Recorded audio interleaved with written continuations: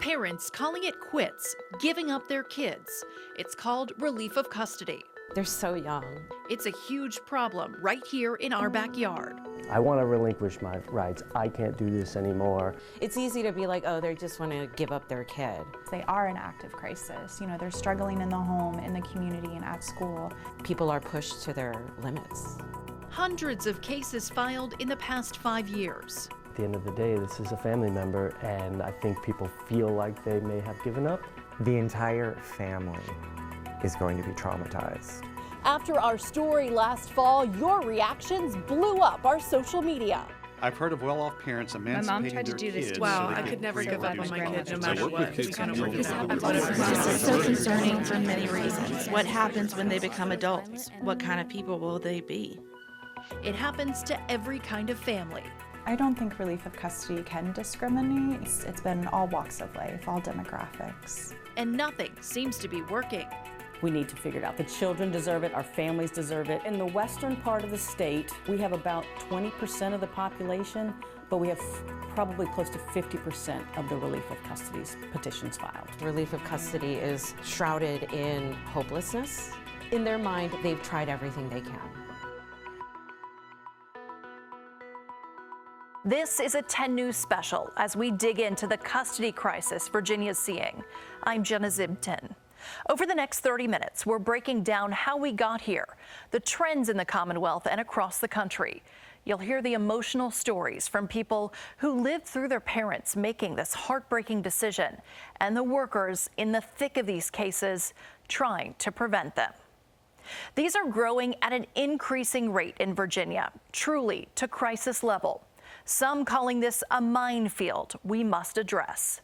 4 of the top 10 places seeing the most cases are here: Henry County, Roanoke City, Bedford, and Roanoke counties. 15 to 20% of the kids in foster care in Roanoke City and Roanoke County are these kinds of cases. It's challenging. I've done child protective services for 10 years. I think a lot of the ones that we see just find themselves in very impossible situations, because I think it puts parents in a position where they have to feel like they have to choose to protect my younger child or protect one or more of my children from, this particular youth in question. Relief custody affects everybody. We've had all walks of life, certainly. We see a lot of juvenile sex offenses against siblings in the home. Fentanyl has entered Fairfax County and has hit some of our communities really hard. Our data shows that it's usually not bio parents seeking them. It is a relative or kin who, for whatever reason, have taken custody of a child to prevent them from going into foster care or somewhere else. And over time, for various reasons, they are no longer able to, and they're seeking that relief. Talk about the families that are having to make these decisions, because I can't imagine. I think there's a range. I think there are some families who have given it their all. They have genuinely given it their all, and seeking a relief of custody is tearing them apart. And then there are other families where it's, get this child out of my house, I'm done. The families going through this don't want to talk about it. It's shrouded in shame and sadness. Our story on TikTok reached so many people. Stephen King said, "I was one of these children. My parents did the best they could until they had no other choice." He has nearly 7 million followers on TikTok, but most don't know his dark past and the years it's taken to heal from childhood trauma. We sat down to talk about his parents' decision to put him in the foster care system at just 12 years old. Being a child, that the only thing that I ever wanted was to be loved. Because I didn't feel like I was. I wanted to be at home with my sisters who got to live at home, but I couldn't. I wanted what they had. I wanted to be there on Christmas morning. I wanted someone to celebrate my birthday with me. Here we are, the house I grew up in as a child. His life wasn't easy. His parents divorced when he was 3. He was struggling with who he was, and it all spiraled over the years. Obviously, with my parents being divorced and me being somebody who didn't know who they identified as, and being in a tug of war between my parents, I had a lot of behavioral issues, and they started very early. My mother used to think and say, you know, I thought that you were going to grow up to be a serial murderer. The life that I knew at that time, with my mother being the alcoholic that she was, living on welfare, to my father also being abusive. There were times that I can remember getting in trouble. It was either the belt that had the metal balls that went across it, or it was a very large, hollow piece of rubber tubing that I would feel the wrath of. He says the most traumatic times in his childhood came in middle school. I do remember a time that he dragged me by my hair outside of the house into the driveway and threw me up against the garage door with his hands around my neck. And it was actually the very first time that I ever fought back. I can't imagine. It's really hard to imagine unless you were somebody who lived through that. I was not the child that could be left alone, who would start fires, who would steal from the local stores. So all of these things compiled on top of each other finally put my parents in a place where they just didn't know what to do anymore, and had petitioned the courts in the state of California to take custody of me because they didn't know what to do. Then it ultimately ended up in front of the courts because they had no other alternatives. And I began a life in the juvenile system for the state of California. How old were you? 12. So you're sitting in the courtroom. Did you know this was going to happen? Did they talk to you about it ahead of time, or were you just surprised that day? I don't think at 12 years old you can comprehend what that looks like, regardless of explanation. Did I know that that was the day I was going to be removed from my family and I wasn't going back home? I wasn't going back to the psych unit at the hospital where I had finally maybe found a safe space? No, I didn't know that. And so I found myself in handcuffs and taken to Sylmar Juvenile Hall, having to wear the clothes that they put you in, and having a cell that I had to live in, and this very criminal-like structure that was now my life in custody. It's so heartbreaking and traumatic, but that's what these kids are going through every day. It's not the end of Stephen's story. What happened next coming up? But first, It's probably the most challenging part of doing relief of custody. the conversations with the family and kids and how that all works next. Fairfax County has a team approach. When a parent starts the process at the courthouse, court liaisons collaborate with community partners to keep children out of foster care. This includes schools and the Community Services Board to help pay for what the family actually needs. It could be therapy, parenting groups, residential treatment, or intensive in-home treatment. It's working to prevent a lot of these cases. I want to have a lot of compassion for families that are considering that choice, because I could imagine it being a difficult decision. We try to get creative in our approach. Yes, we want to address the mental health, behavioral, and substance use needs of a family and child.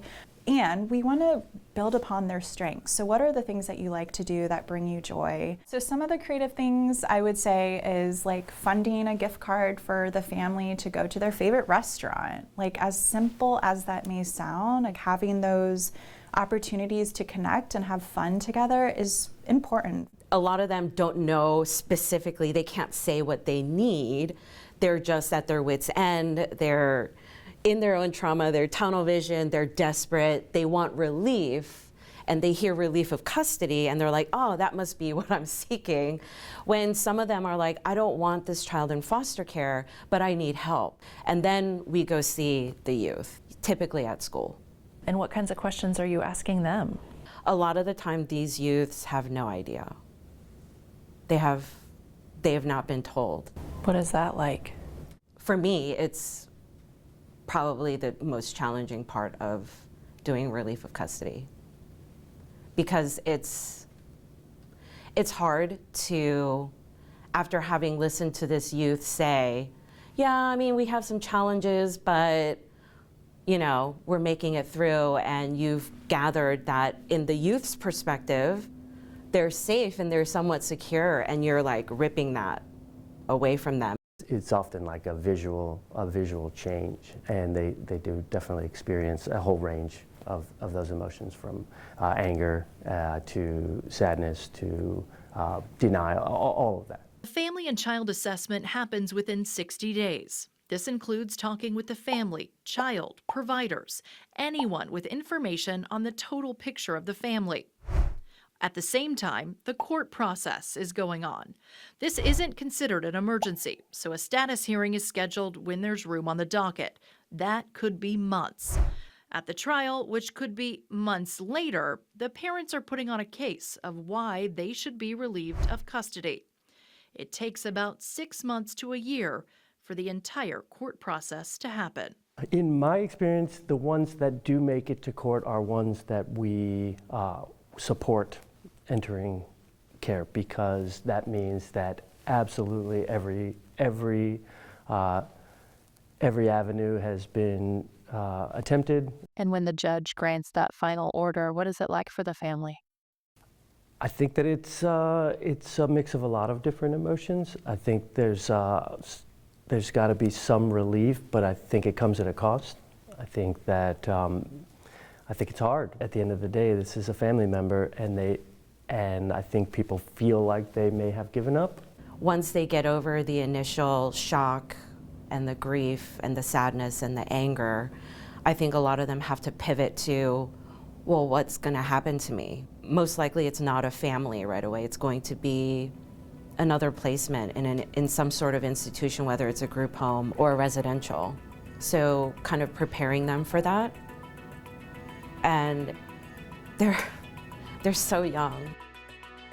Across the country, about 5% of all kids in foster care are due to these kinds of cases. 25,000 kids, according to a recent report. The large majority of children were ages 13 to 17, white and male, moved from place to place and growing up without great outcomes. How do you live like that as a kid? When you don't have an option to live any other way, you're forced. How Stephen's story ends next. Stephen spent his teen years moving to different facilities, never knowing how long he would be there. It's what kids right now are living through here in Virginia. So you bounce around from your mom to your dad to your grandma, then you bounce around to all these other places. There's no stability. None whatsoever. That was probably the biggest struggle as I was growing up as a young adult, is not ever having that sense of security as a child. That had the biggest impact on me as an adult, and that always became my number one priority, is establishing a sense of security. Now, at age 51, he credits years of therapy for where he is today. The entire family is going to be traumatized. It's not an easy decision, and I know this because I'm in a place of forgiving, and accepting what's happened in my life. So I know at the moment it's never an easy decision for the parents to get to this point where they have to consider giving up the rights to their child. Had I not been raised the way that I was, I wouldn't be the person that I am today. And I absolutely 100% believe that. I would be somebody completely different. The trauma that I lived through is what shaped me into the person that I am today. A big thanks to Stephen for sharing so we could all better understand the tough situations families are put in. You can see his extended interview right now on WSLS.com. He talks about what happened when he became an adult. But what if families didn't have to go through this? The prevention model working in Northern Virginia is keeping families together. Over the past 5 years, they've had more than 30 requests for custody relief, with only 4 reaching the final step of a judge. But they can't even count the number of people that call them before families get to that point. Teens have probably the worst outcomes in foster care. Teens with severe behavioral or mental health concerns or challenges have even worse outcomes. And so if we can meet the need without having to enter foster care, already we're a step ahead. When we put in the work on the front end to help this family and do the things you're doing here, then that ideally means less taxpayer money and services later on. Absolutely. It's always cheaper or more cost effective to come in and help a family at the beginning stages, right? When they're struggling with X, Y, and Z instead of the whole gamut of needs, right? So not only are we using taxpayer money effectively, but we are saving lives, I would say, and helping keep families together. Having good providers and having providers that are available and working against wait lists when you do have a family that's in active crisis, that is a limitation, I would say, and it's a concern. Most of the time, and the success stories, the hope has sprung from the family. Somewhere in their system, they have found alternatives and they come up with solutions. How often does that happen? Not frequently enough, but it happens. It happens enough for us to know this is possible. Unfortunately, what Fairfax County is doing isn't done in most of Virginia. That's because of money and resources. But Virginia is trying to make some improvements. That's next. This is a growing crisis across Virginia with high numbers. 15 to 20% of the kids in foster care right now in Roanoke City and County are relief of custody cases. The Virginia Commission on Youth held sessions with judges, lawmakers, and people from local social services, mental health, and schools. They made recommendations, some of which are headed to the governor's desk to be signed right now. Some people say these are baby steps, but at least we're starting change. Foster care is a safety net, and it's an important one that we have. We want to make sure that we're supporting families and keeping kids in their communities and with their families whenever possible. We put together a panel of people from across our region to talk more about this crisis. We had a parent who filed a petition to be relieved of custody. She actually brought this 6 or 7-year-old girl to the courthouse anticipating that she was just going to drop her off and that was going to be the end of it. So it was a pretty tragic and pretty horrific circumstance. Everybody's struggling with meeting basic needs and job stability and housing stability. You put all of that together and our families are really stressed and they are struggling. You can watch that tomorrow at 5:30 right here on 10 News. You can see Olive Stevens' story and Fairfax County prevention efforts, along with all kinds of resources, now on WSLS.com.